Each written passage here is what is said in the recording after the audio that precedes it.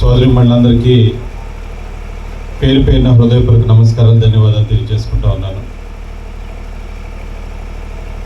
చాలా సంతోషంగా ఉంది, ఎందుకంటే ఈ రోజున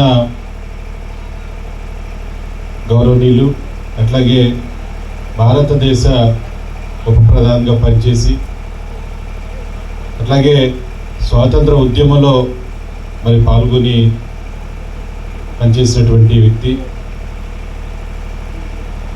అంటే ఒక గొప్ప వ్యక్తి, మహోన్నతమైనటువంటి వ్యక్తి బాబు జగజ్జీవన్ రావు గారి యొక్క జయంతి సందర్భంగా ఈ రోజున ఆయన యొక్క విగ్రహాన్ని మన నియోజకవర్గంలో, మన గ్రామంలో ఏర్పాటు చేసుకోవడం చాలా సంతోషంగా, ఆనందంగా ఉంది.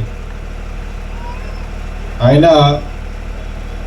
స్వాతంత్ర ఉద్యమంలో పాల్గొనడం, చిన్ననాటి నుంచే పాల్గొని ఆ ఉద్యమంలో పాల్పంచుకోవటం, ఆ తర్వాత మన దేశానికి స్వాతంత్రం వచ్చిన తర్వాత కూడా వచ్చినప్పటి నుంచి కూడా ఆయన మరి పార్లమెంట్ సభ్యులుగా, అంటే ఉత్తమ పార్లమెంటేరియన్గా 40 సంవత్సరాలకు పైన ఆయన పనిచేయడం జరిగింది.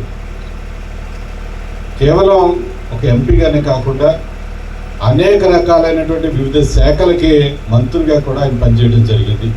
అంటే బహుశా ఎవరో అన్ని శాఖలు చేసి ఉండకపోవచ్చేమో. అంటే ఈ దేశానికి ఆయన ఏ విధంగా కష్టపడి పనిచేశారనే దానికి అదే నిదర్శనం. ఈ దేశం యొక్క అభ్యున్నతి కోసం అనునిత్యం పనిచేసినటువంటి గొప్ప వ్యక్తి జగజ్జీవన్ రావు గారు. అదేవిధంగా పాకిస్తాన్తో యుద్ధం సందర్భంలో రక్షణ శాఖ మంత్రిగా ఉంటూ బంగ్లాదేశ్కి స్వాతంత్రం వచ్చే విధంగా చేసేటువంటి కార్యక్రమంలాగా భాగం కానివ్వండి, ఇటువంటి విషయాల్లో ముఖ్య పాత్ర పోషించి ఈ దేశం కోసం అనునిత్యం పనిచేసినటువంటి వ్యక్తి బాబు జగజ్జీవన్ రావు గారు.